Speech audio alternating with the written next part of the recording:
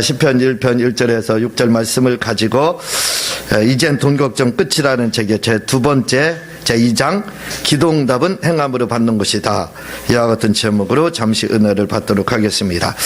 먼저 제1장에서 우리가 감동대로 살지 말고 은혜대로 살지 말고 또 신앙의 양심대로 살아서는 안 된다라고 말씀을 드렸습니다. 왜냐하면 신앙의 양심이나 감동이나 또는 은혜대로 사는 데는 어떤 기준이 없기 때문에 그렇게 살다 보면 우리가 잘못 되는 경우가 많이 있기 때문에 감동대로 살아서는 안 되고 말씀대로만 오직 우리가 살아야 된다라고 말씀을 드렸습니다. 그러면서 어떤 분들이 가끔 이제 이 부분 때문에 전화가 온다고 그랬죠. 전화가 와서 왜 감동대로 살면 안 됩니까? 이제 그렇게 이야기를 할 때가 들어 있었다라고 말씀을 드렸습니다. 아마 이젠 돈 걱정 끝이라는 책을 보면서 그 부분에 탁 꽂히는 경우가 많이 있을 겁니다.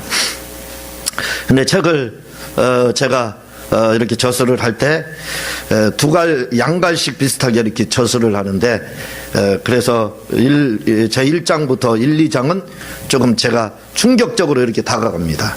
왜냐하면 1, 2장에서 사람들의 시선을 끌지 못하면, 충격을 주지 못하면 그 다음엔 안 읽어요. 책을 사람들이 이거 뭐 별 볼 일 없겠다 이렇게 생각해서 보지 않기 때문에 제가 1, 2장에다 1, 2, 3장 여기다 그냥 사람들에게 충격요법을 이렇게 가합니다. 그래서 거기에다 조금 강하게 이렇게 어필을 하고 있습니다.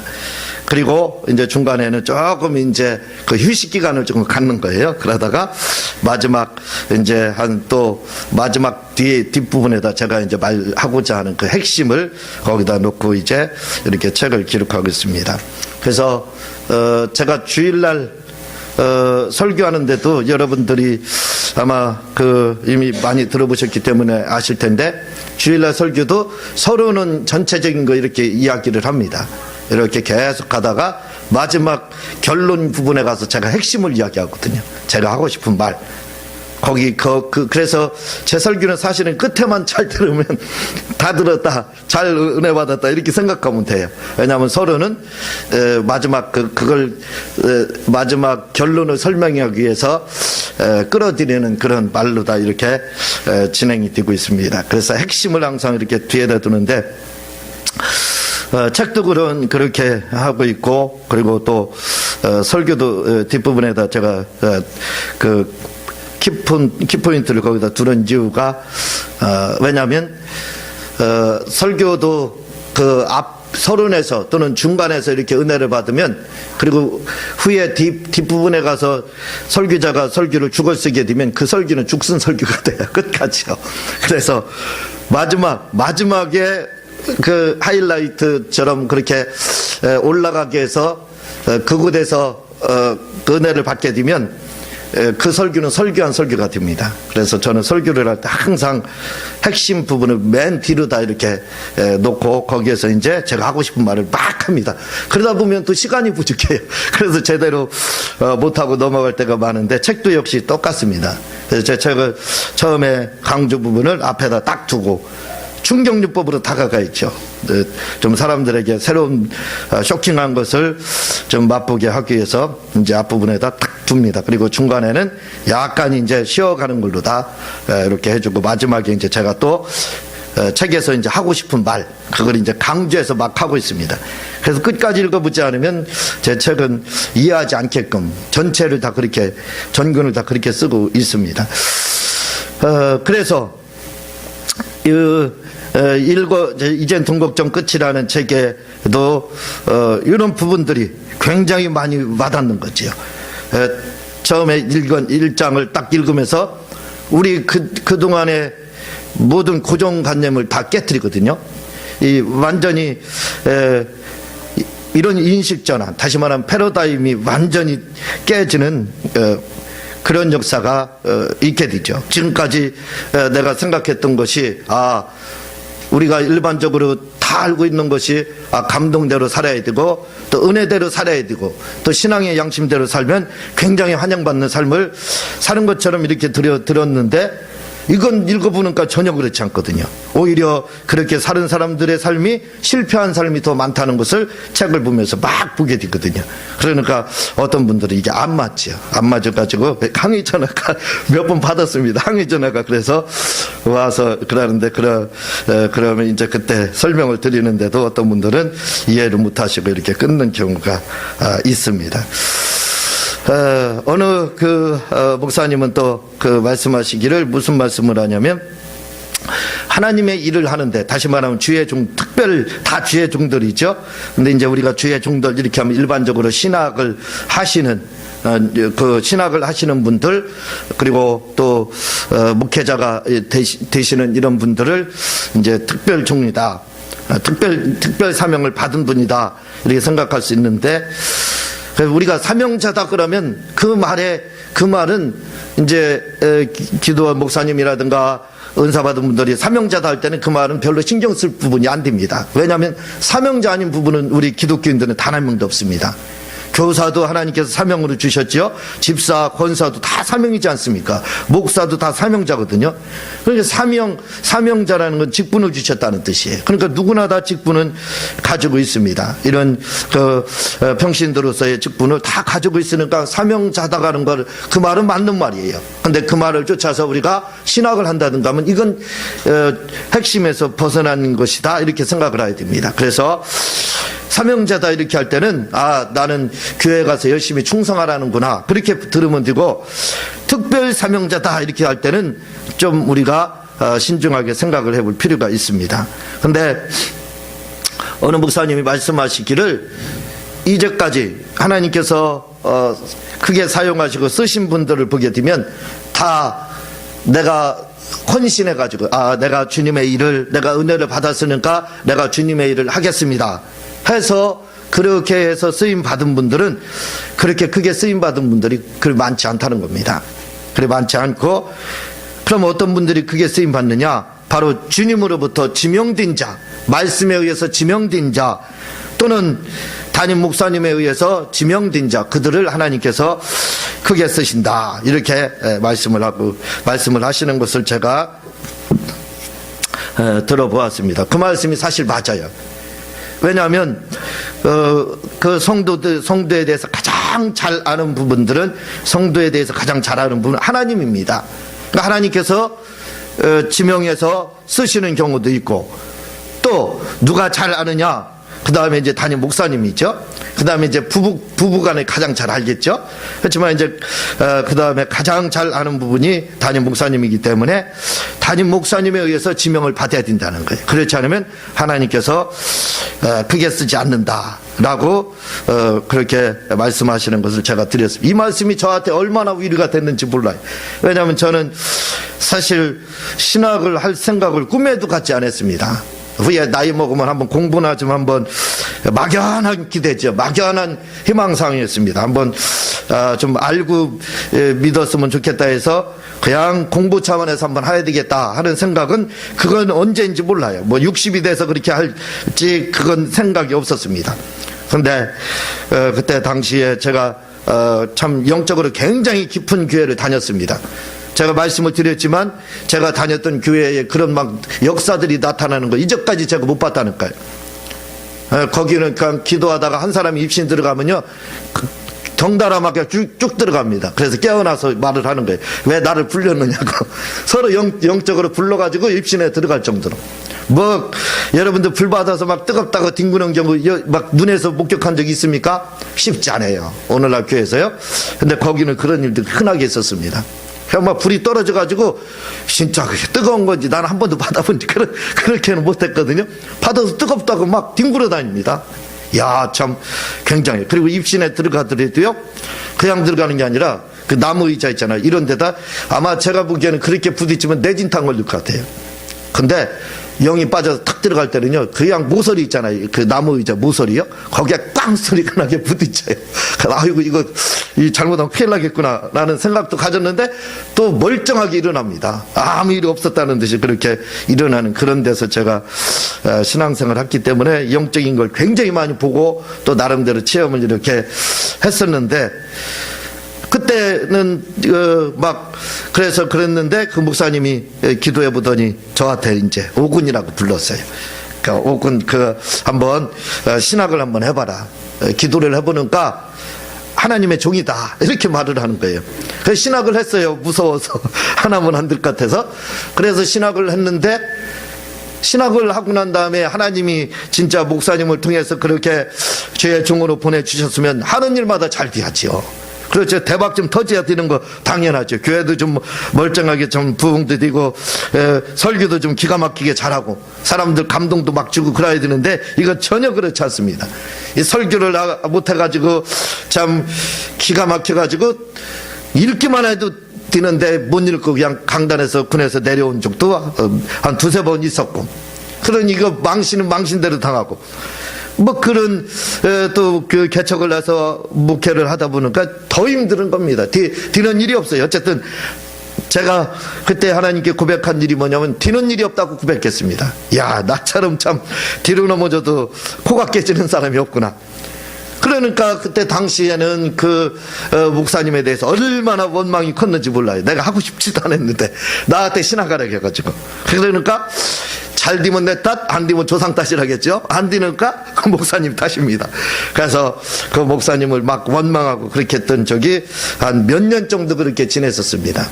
근데 이제 하나님께서 은혜를 주셔서 되다 보니까 이제 복을 주시다 보니까 그런 생각이 들어요. 내가 잘나서 그런 건 아닌가 하는 그런 생각이 드는데 그건 아니죠. 그래서 무슨 말씀이냐면 목사님이 말씀하신 것처럼 결국은 지명에서 부름받은 분들, 하나님 내 감동에 의해서가 아니라 지명에서 부름받은 분들을 하나님께서는 결국은 쓰시더라 이 말입니다. 어떻게 쓰든지 제가 지금 하나님께서 저를 뭐 크게 쓰지는 않지만 그래도 작은 소리 책을 통해서 냈잖아요.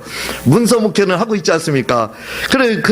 그렇게라도 하나님께서 작게라도 그래도 이렇게 쓰더라 이 말입니다. 그래서 그 목사님 말씀이 맞습니다. 지명에서 부른 자를 하나님이 쓰신다 이거죠. 또 그런 분들이 들어보니까 또 그런 분들이 굉장히 많은 것을 제가 알 수가 있었습니다. 참 우리 삶에 있어서 감동대로 사는 것이 굉장히 힘들다라는 것을 느낄 때가 저 또한 절실하게 느낀 적이 한 번 있습니다. 왜냐면요, 제가 목회를 일찍 시작했어요. 그리고 고생을 굉장히 많이 했죠. 뭐 그 과정에서 제가 이제 공부만 열심히 했기 때문에 그런 것도 있는데 그렇게 하다가 제가 한 1년 정도로 무슨 설교를 했냐면 감동대로 사세요. 감동대로 사세요 했습니다. 야, 이 놀라운 결과가 일어났어요. 감동대로 사려니까. 제가 그 이후로부터 다시는 그런 설교 안 하기를 아주 결심을 했습니다. 그게 맞아요. 그리고 감동대로 살려고 그러니까 나머지 후에 지나고 나서 보니까 1년이 지나니까 우리 집사람하고 우리 애들밖에 안 남았어요.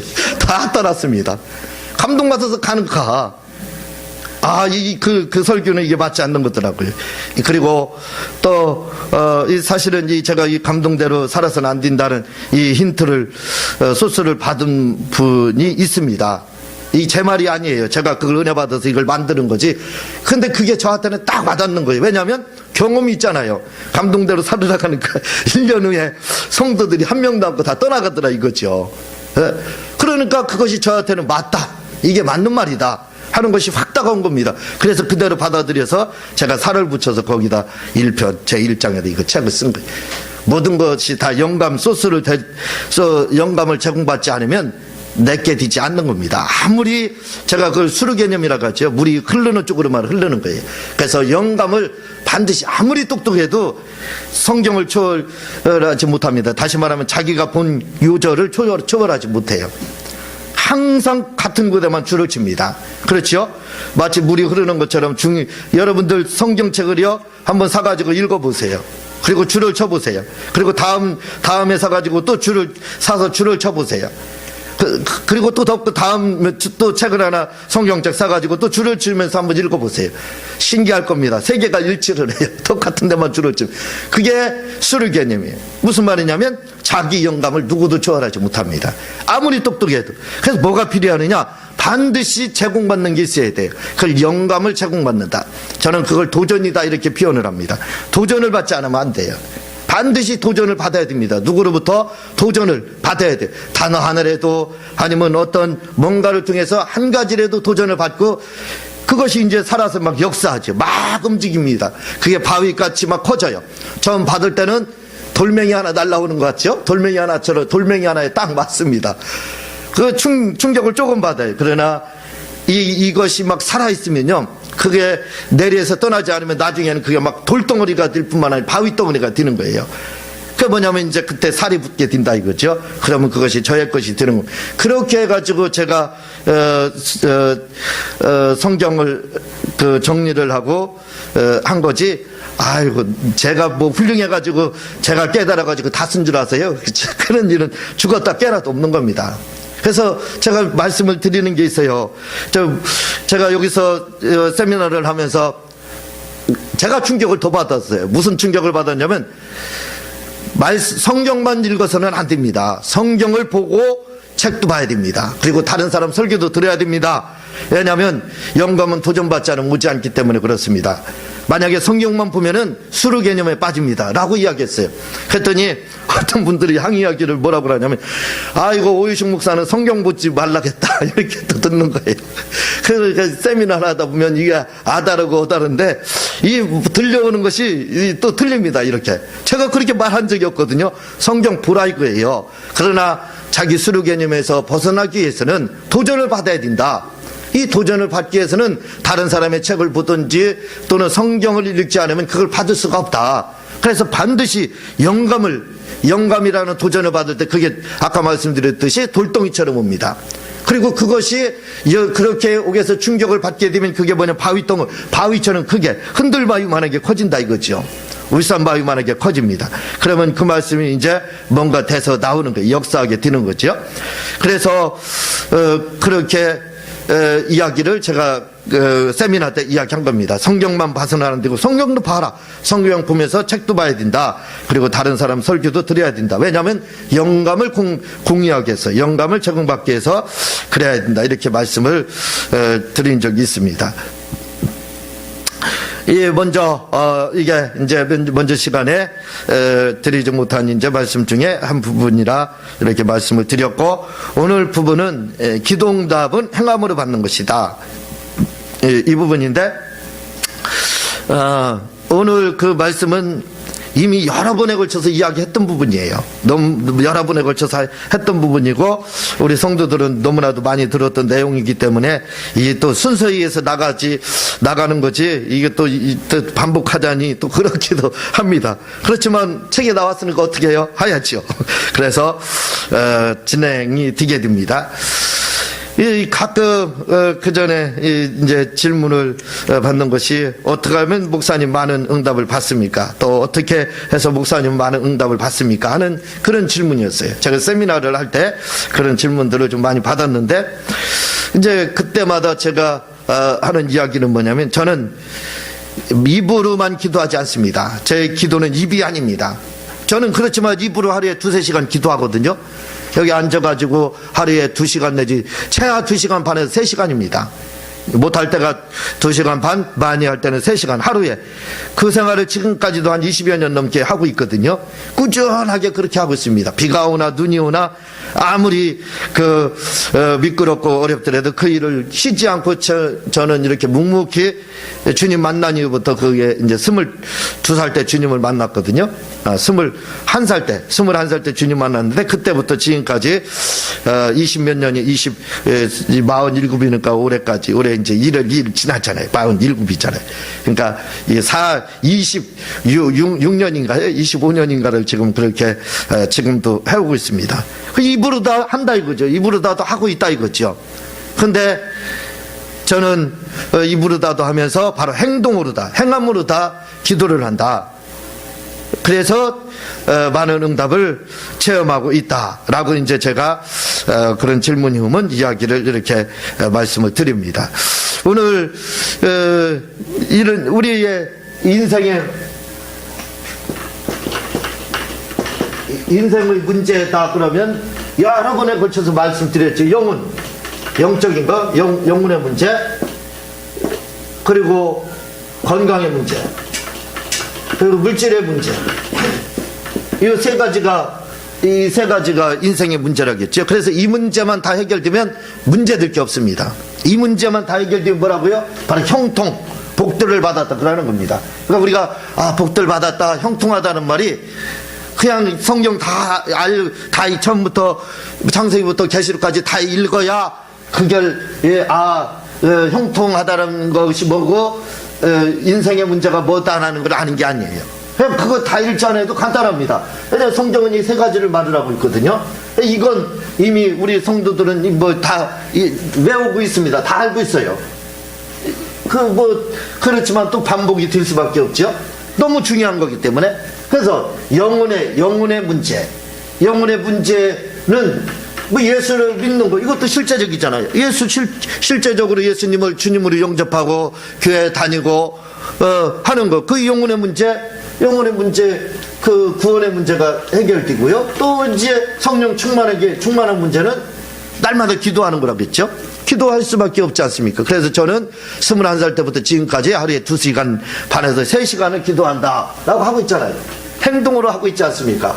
그러니까 기도가 그냥 단순히 입으로만 하는 것이 아니라 실제적인 그러한 행함이 영혼의 문제를 위해서도 있어야 되고, 또 물질의 문제는 참 이 땅에 살아가기 위해서는 뭐 어쩔 수 없습니다. 제가 이 책을 통한 문서 사역을 하다 보니까 사람들이 얘기를 합니다. 뭐 이런저런, 어떤 분들은요 굉장히 교만하게 얘기합니다. 굉장히 교만되게 아주 그렇게 듣기 아주 거슬릴 정도로요 그렇게 얘기합니다. 그래서 이분들은 다시는 전화 안 하겠다 그런 생각을 하는데 후에 전화가 와요. 뭔가 굉장히 소유한 것처럼 이야기를 하고 당당한 것처럼 이야기를 하거든요. 엄청 갑부처럼 그렇게 이야기합니다. 근데 다음에 전화가 와요. 와서 이제 상담을 하자는 거예요. 그래서 이제 전화 상담을 하게 되면 뭐 뻔히 알지요. 무슨 상담을 할 거다 하는 건 이 세 가지 안에 다 들어있으니까 벌써. 그렇죠? 그러니까 벌써 감이 다 옵니다. 그 중에서 대부분의 상담은 첫 번째가 요거예요. 첫 번째. 입도 열기 전에 벌써 합니다. 물질 문제 때문에 상담하겠구나. 그렇게 아주 당당하고 교만 띈 것처럼 이야기를 저한테 그렇게 한다 할지라도 나중에 들어보면은 아주 빗덩어리에 살고 있는 거예요. 너무나도 물질적인 어려움을 겪고 있다 이거죠. 그러니까 인생의 문제가 이 세 가지 문제인데, 결국은 이 물질의 문제를 어떻게 해결하느냐, 그게 이제 최대 관건이 되는 겁니다. 이 건강의 문제를 다 이제 말씀을 드리는 분들도 있지만 거의가 대부분 물질의 문제입니다. 물질의 문제 때문에 자녀의 물질의 문제, 또 남편의 물질의 문제, 또 아내의 물질의 문제, 또 뭐 친척의 부모의 물질의 문제, 이런 문제를 다 부딪히게 돼요. 제가 이렇게 부를까요? 참 우리나라 말에도 그런 말을 하잖아요. 빚 없으면 부자다, 이 말이 있잖아요. 진짜 빚 없으면 부자인 것 같아.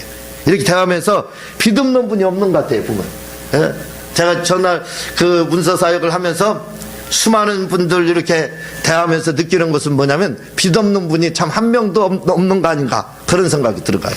그 빚 가진 게 오히려 부자 같아요. 대기업 회장님들 이런 분들 보면요, 대기업이 자기 돈으로 하는 줄 아세요? 그렇지 않잖아요.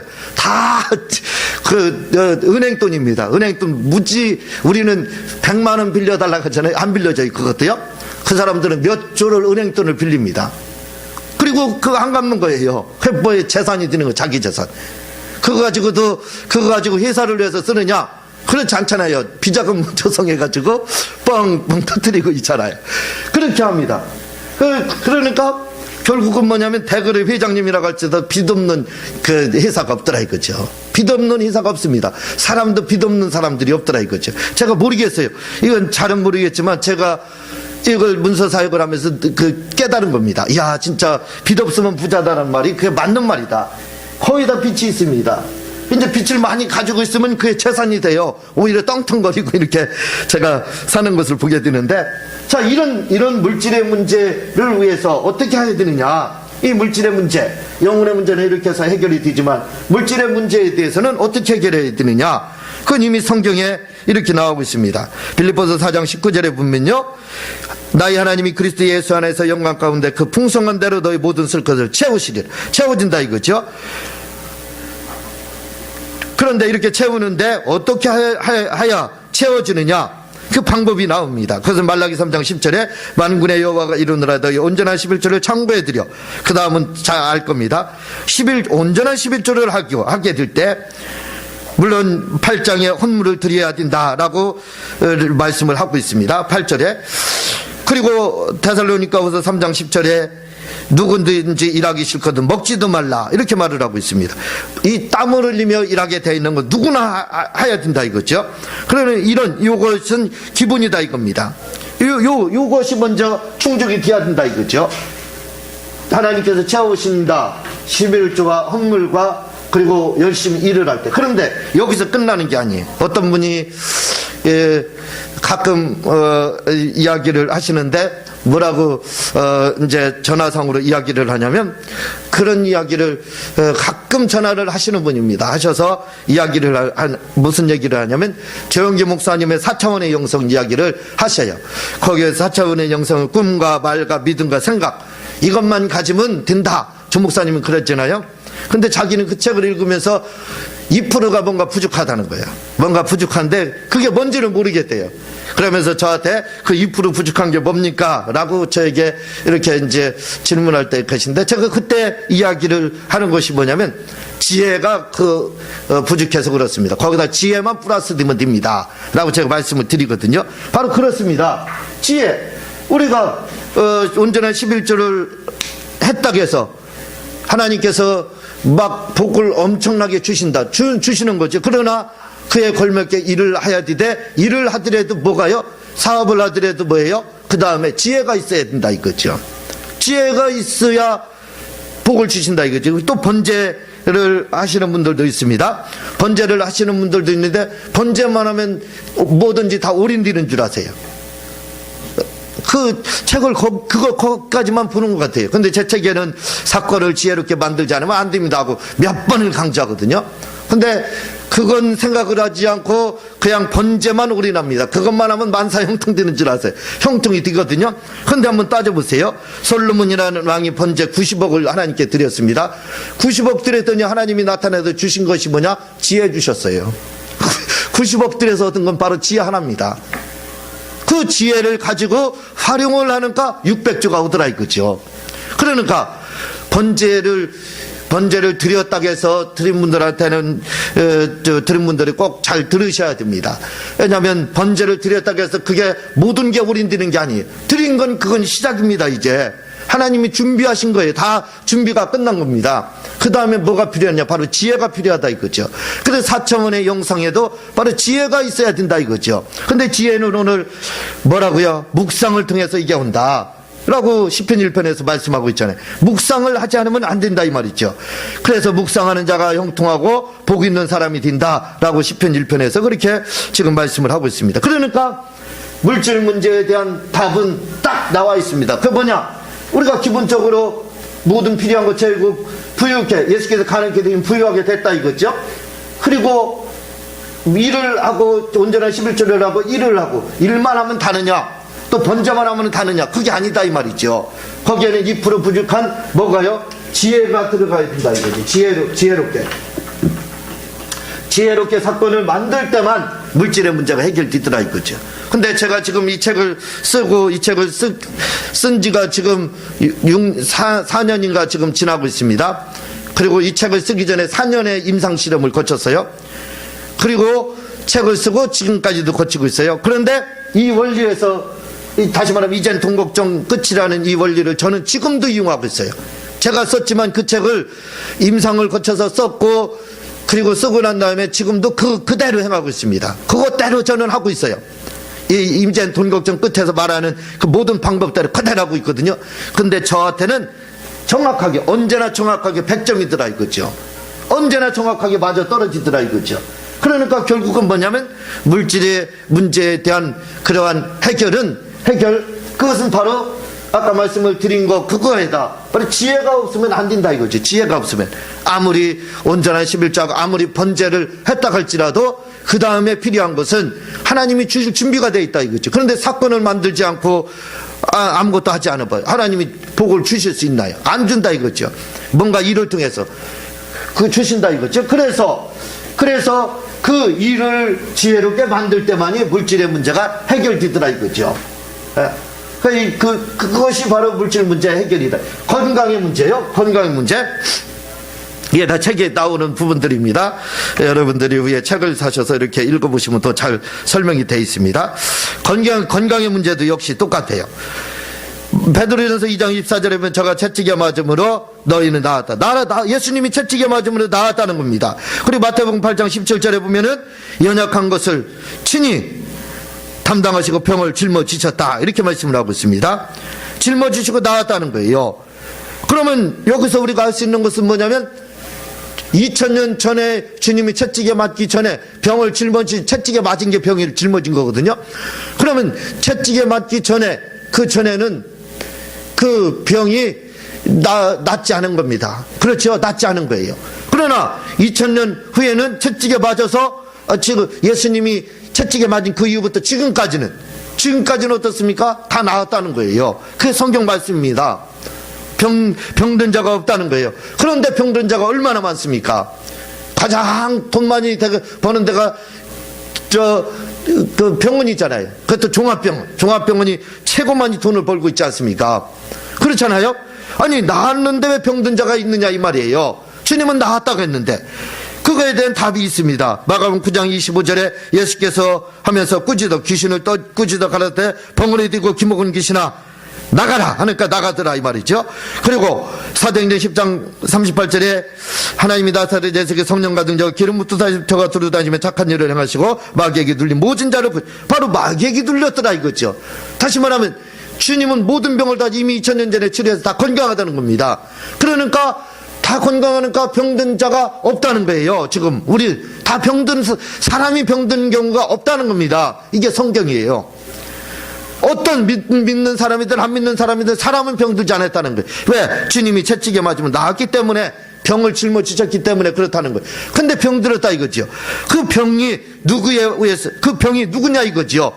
그랬을 때 마가복음과 사도행전 10장에서는 마귀에게 눌린 거다, 마귀에 의한 거다 이렇게 말씀을 하고 있습니다. 그걸 이제 마가복음 9장에서는 구체적으로 귀신에 의한 거다 이렇게 이야기를 하고 있어요. 귀신 얘기하면 싫어하니까 마귀를 다 하자 이거죠. 그러니까 결국은 병든 마귀가 들어와서 병든 귀신이 들어와서 병을 일으켰더라 이겁니다. 그래서 그 병이 나가니까 낫더라. 이게 성경 말씀이에요. 그러니까 내가 병든 게 아니라 마귀, 다시 말하면 귀신이 병들었다 이 말입니다. 그래서 내 몸이 아프다 이 말이에요. 그러니까 야고보 4장 7절에서는 그런즉 마귀를 대적하라 그러면 너희를 피하리라. 대적하라 이렇게 말씀을 하고 있습니다. 그 건강해지는 방법이 답이 나와 있어요 벌써요. 그래서 저는 우리 성도들을 위해서 아침마다 저녁에도마다 하루에 2번은 꼭 기도 반복해서 합니다. 그리고 저를 위해서도 하고 또 우리 교회 헌금한 자들을 위해서도 꼭 합니다. 그런데 이 건강을 위해서 기도할 때 저는 그렇게 기도합니다. 뭐라고 기도하냐면 이렇게 이야기합니다. 실제적으로 제가 하는 걸 이야기하는 거예요. 오해 없으시기 바랍니다. 이렇게 하는 거예요. 뭐라고 이야기하냐면 더러운 귀신아 똑바로 들어라 이렇게 나가요. 저는 좀 달라요. 더러운 귀신아 똑바로 들어라. 나는 2000년 전부터 아프지 않다. 왜냐하면 예수께서 채찍에 맞으면 나았기 때문에 그렇다. 그러면 내가 아픈 것이 아니다. 우리 성도들이 아픈 것이 아니다.